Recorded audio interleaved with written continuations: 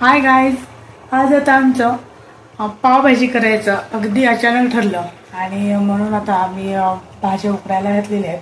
जर आता स्मॅश करून घेते आणि झटपट म्हणजे आम्ही करायचं असं प्लॅन केलेला होता गेल्या आठवड्यात, करायला वेळच मिळाला नाही आणि मग आज आता मुलगी म्हणायला लागली आजच करूया. आता मार्केटमध्ये जाऊन आम्ही पाव घेऊन आलो. बटर ऑलरेडी त्या दिवशी आम्ही आणलेलं होतं आणि भाज्या तर होत्याच घरी, त्यामुळे आता पावभाजी करायला घेतलेली आहे. भाजी आता उकडून झालेल्या आहेत आणि स्मॅश पण मी अशा गरम गरम ह्याच्यावरतीच केला, म्हणजे एकदम बारीक होतील म्हटलं. बऱ्यापैकी झालेले आहेत ते स्मॅश.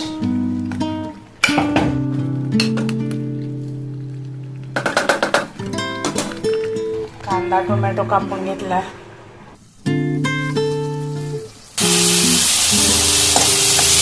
पावभाजी करताना ना फोडणीला पण थोडंसं बटर टाकलं ना तर टेस्ट खूप छान होते.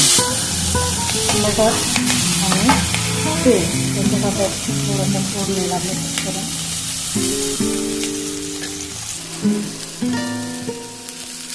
कांदा थोडासा भाजला की लगेच मी आलं लसूण पेस्ट टाकून घेतली.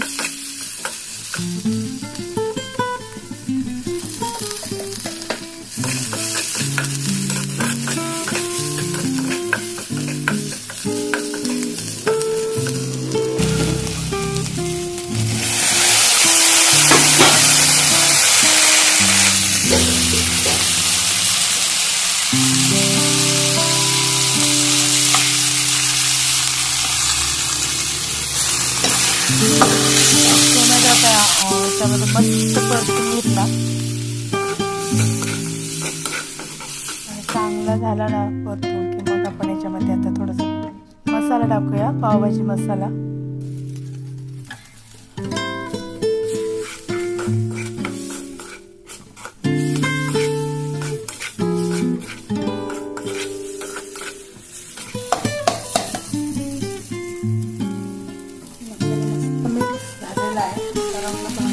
मस्त आलेला आहे.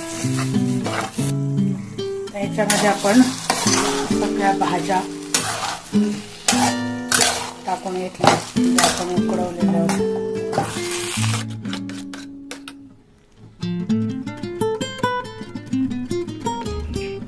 मी याच्यामध्ये बीट टाकलं नाही आहे कारण आवडत नाही आमच्या घरात कोणाला, म्हणून त्याचं एक थोडंसं जरा उग्र वास येतो. खरं तर पावभाजीत टाकल्यावर येत नाही, पण आता काय मुलांना पटत नाही सांगितलेलं म्हणून मी बीट नाही टाकलं. पण तरीसुद्धा कलर एकदम मस्त आलेला आहे पावभाजीला. तर वरून कोथिंबीर टाकली की आपली पावभाजी खायला तयार आहे. किती कमी वेळात अगदी हॉटेलपेक्षा मस्त पावभाजी आपण लगेच तयार करू शकतो. पॅन ठेवून लगेच पटापट मी पावसुद्धा लगेच तयार करून घेतले.